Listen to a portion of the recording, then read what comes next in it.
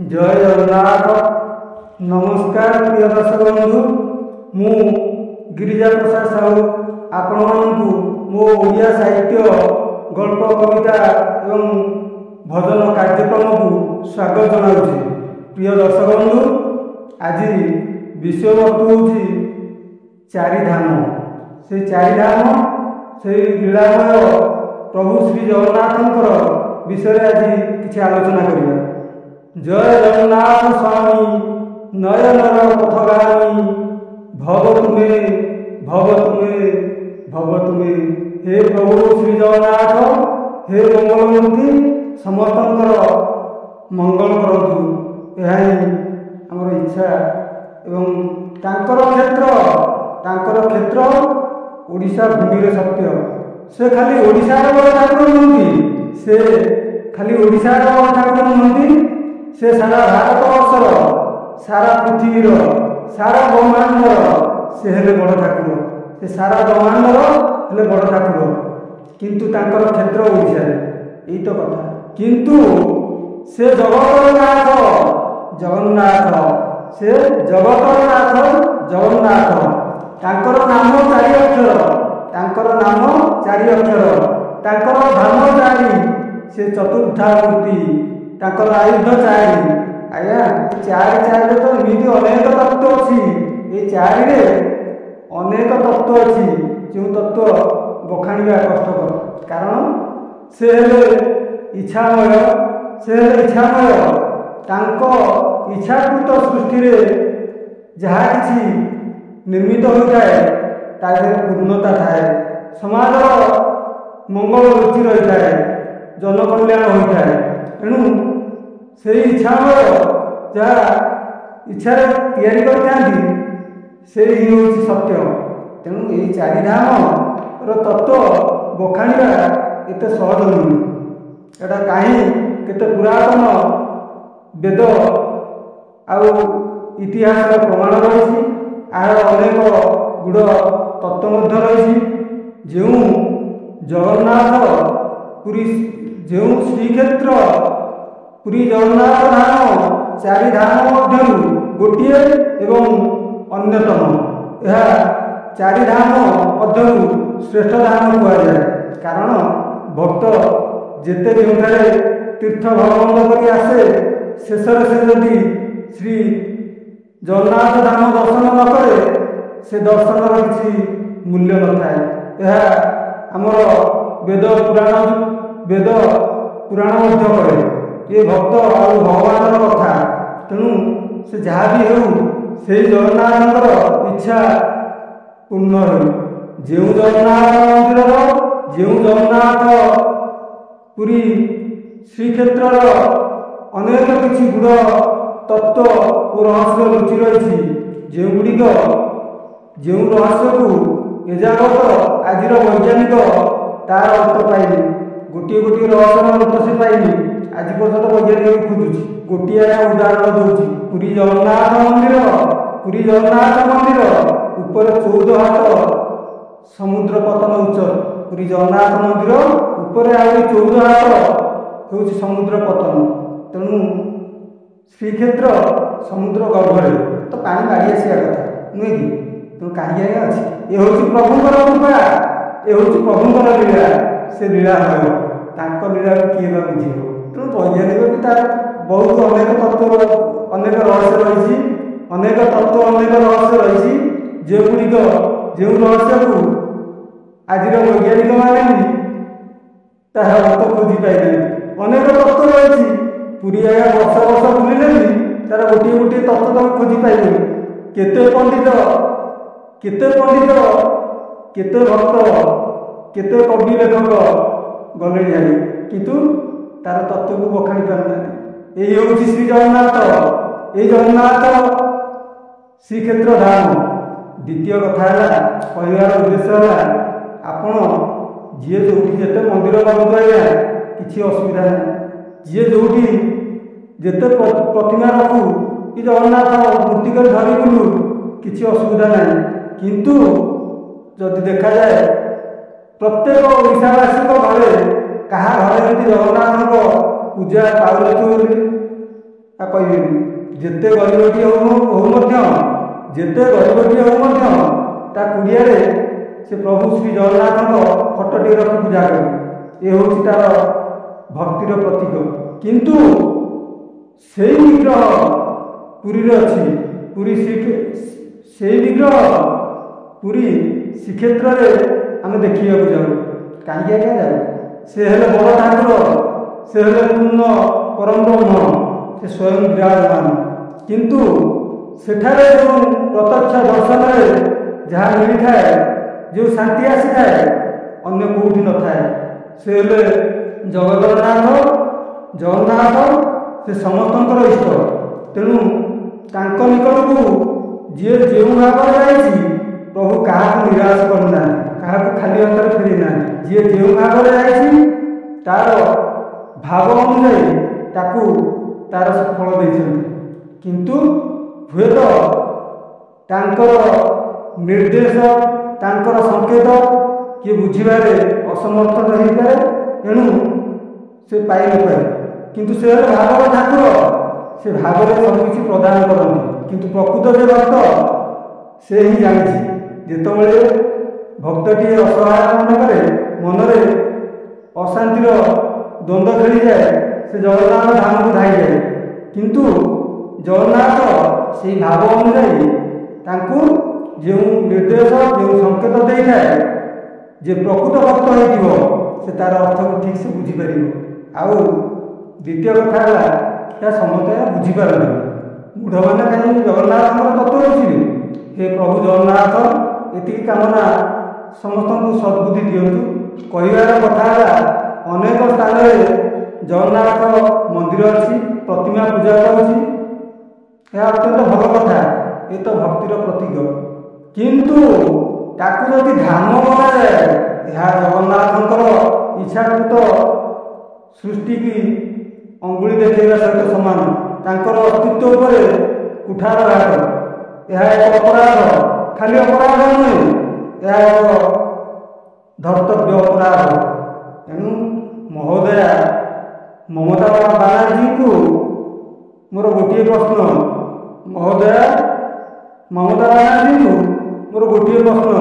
ଆପଣ ତ ସାରା ଜୀବନ ପର କାନ୍ଧରେ ଗୋଡ଼ ରଖି ରାଜନୀତିରେ ପାଦ ଦେଲେ, ସାରା ଜୀବନ ରାଜନୀତିରେ କଟିଗଲା। କିନ୍ତୁ ସେ ରାଜନୀତିରେ କହିଲେନି, ଏଟା କପଟ। ସାରା ଜୀବନ এই କପଟ ନୀତିରେ ତମର ବିତିଗଲା। ତମେ ଜଗନ୍ନାଥଙ୍କର ଅର୍ଥକୁ ବୁଝିବାର ତମର ଜ୍ଞାନ ନାହିଁ। କିନ୍ତୁ ତମେ ଜଗନ୍ନାଥ ମନ୍ଦିର କର ଭଲ, କିନ୍ତୁ ଏହା ତମର ଭକ୍ତି ନୁହେଁ, ଏହା ତମର ଅହଙ୍କାର। କାହିଁକିନା ତମ ଭିତରେ ଯେଉଁ ଅହଙ୍କାର ଲୁଚି ରହିଛି ସେ ପ୍ରତିଫଳିତ ହୋଇଗଲା।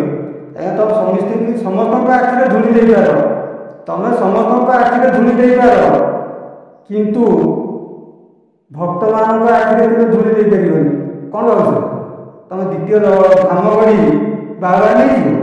ଏହା ତୁମର ମୂର୍ଖାମି। ଖାଲି ଭକ୍ତଙ୍କ ହୃଦୟକୁ କୁଠାରଘାତ କରୁନ, ସ୍ୱୟଂ ପ୍ରଭୁ ଶ୍ରୀ ଜଗନ୍ନାଥଙ୍କୁ ତୁମେ ଅଙ୍ଗୁଳି ନିର୍ଦ୍ଦେଶ କରିଛ, ଅପମାନ କରିଛ। ଧାମର ଅର୍ଥ କ'ଣ ଜାଣିଛ? ବରଂ ତୁମଠୁ ଢେର ଯିଏ ରିକ୍ସା ଚଲାଉଛି ସିଏ ଅଧିକ ଜ୍ଞାନ ଅଛି, ସିଏ ବି ତାର ତତ୍ତ୍ୱ ଜାଣିଥିବ। ତମକୁ କିଛି ଜଣା ନାହିଁ। ଅର୍ଥ ବଳ, ଶାସନ ବଳରେ ମନ୍ଦିରଟେ କରିଦେଲେ, ଧାମ କରିଦେଲେ କ'ଣ ହେଇଯିବ? ଏତିକି ନିବେଦନ କରୁଛି। ଏ ତ୍ରୁଟିକୁ ତୁରନ୍ତ ସୁଧାରନ୍ତୁ, ପ୍ରଭୁଙ୍କ ଶରଣାଗତ ହୁଅନ୍ତୁ। ସେ ହେଲେ ଦୟାମୟ, ଦୟାର ସାଗର, ହୁଏତ କ୍ଷମା କରିଦେବେ। ନଚେତ୍ ତମେ ଏତେ ତଳକୁ ଖସିଯିବ, ଏତେ ତଳକୁ ଗଳି ପଡ଼ିବ, ତମକୁ ଉଠେଇବା ଦୂରର କଥା, କେହି ଦେଖିବାକୁ ସକ୍ଷମ ନଥିବେ। ଯଦି ପ୍ରକୃତରେ ମଣିଷ କହିବାର ଅର୍ଥ ତମେ ବୁଝିପାରୁଥିବ।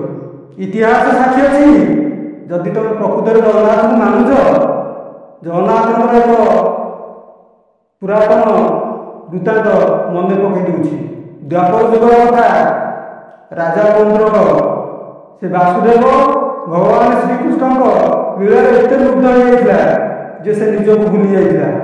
ସେ ବାସୁଦେବଙ୍କର ସବୁକିଛି ନକଲ କଲା, ସବୁକିଛି ବାସୁଦେବଙ୍କର ଲୀଳାକୁ ନକଲ କଲା ଏବଂ ଅଭିନୟରେ ଲିପ୍ତ ରହିଲା।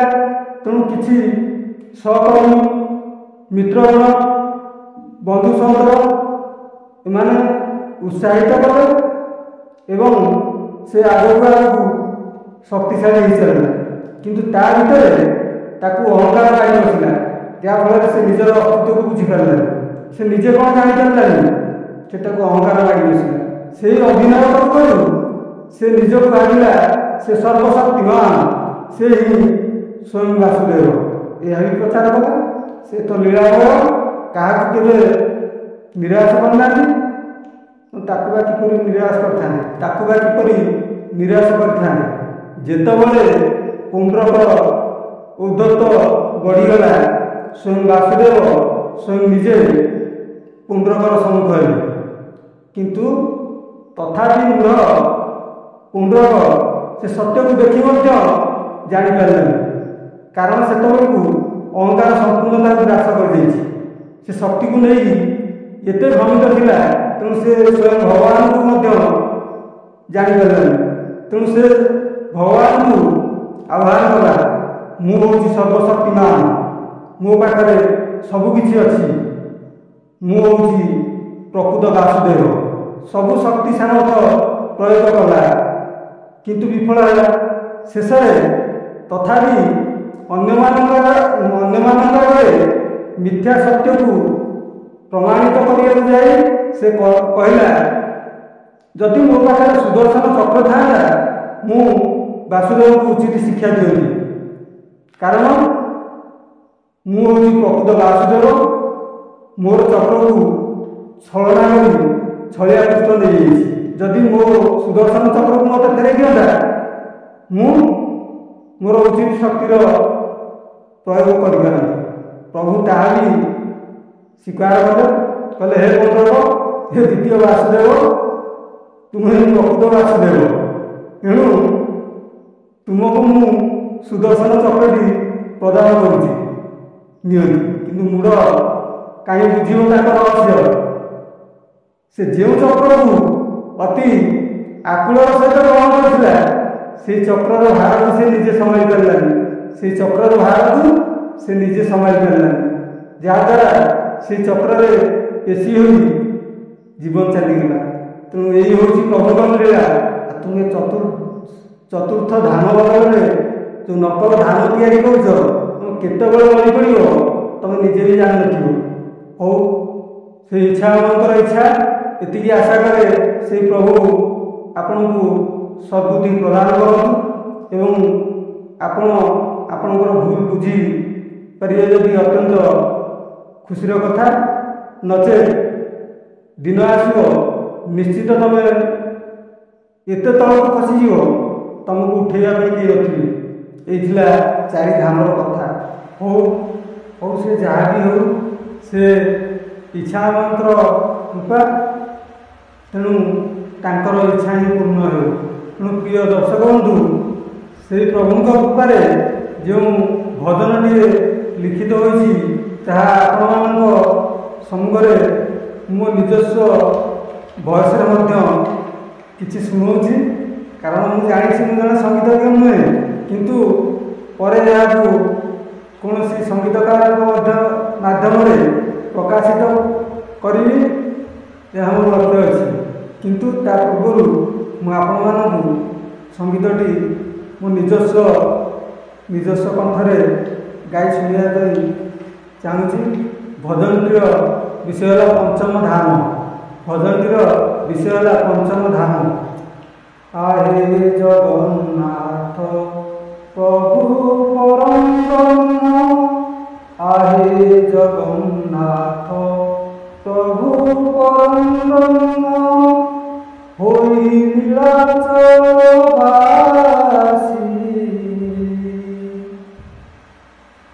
आहे जगन्नाथ प्रभु परम ब्रह्म होई नीलाचलवासी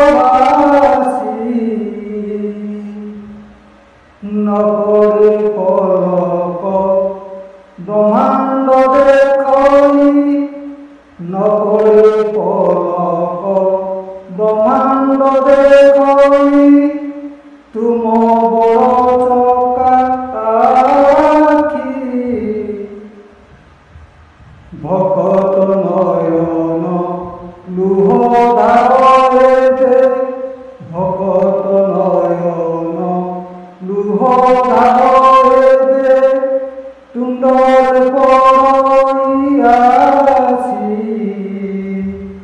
आहे जगन्नाथ प्रभु परम ब्रह्म होई नीलाचलवासी।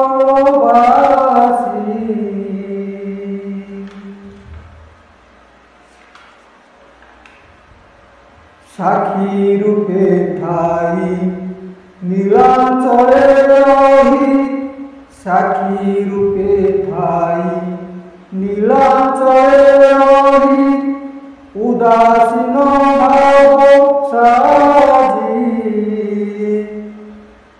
धरणी आखिरे लुहरे अधीरा, धरणी आखिरे लुहरे अधीरा, पाप भारा बढ़े आजी। तुम चक्र थरे प्रकाशिले तेज, तुम चक्र थरे प्रकाशिले तेज, बड़ा की पाप राशि। आहे जगन्नाथ प्रभु परम ब्रह्म होई नीलाचलवासी। आहे जगन्नाथ प्रभु परम ब्रह्म होई नीलाचलवासी।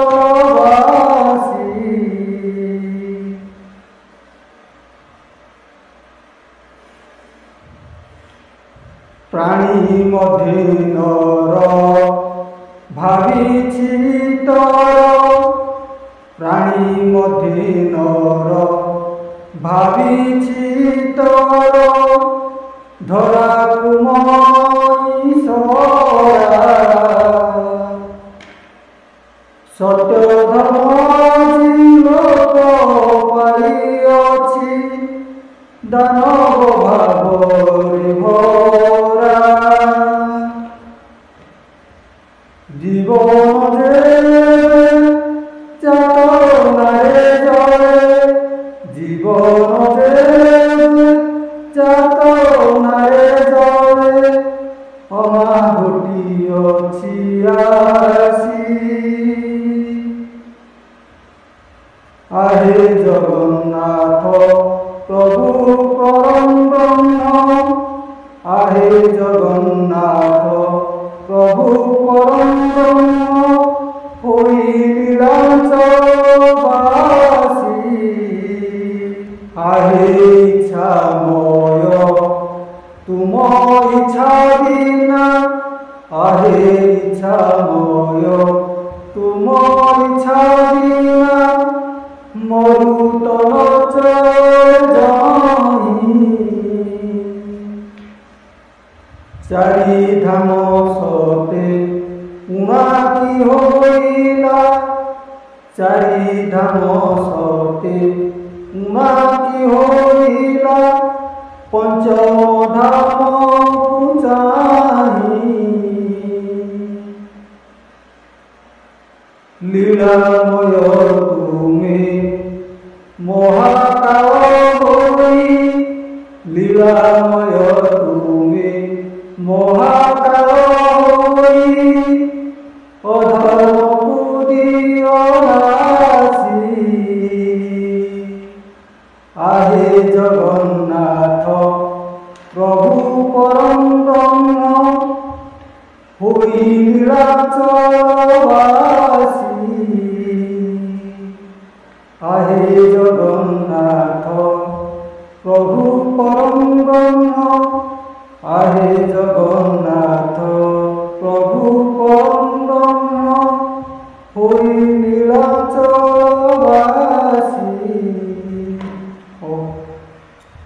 किपर लगिला मतामत जणाइले। एतिकी कही विदाय नेउछि। पुणी देखा आगामी ठाए एवं लाइक शेयर करिए मतामत रखिए।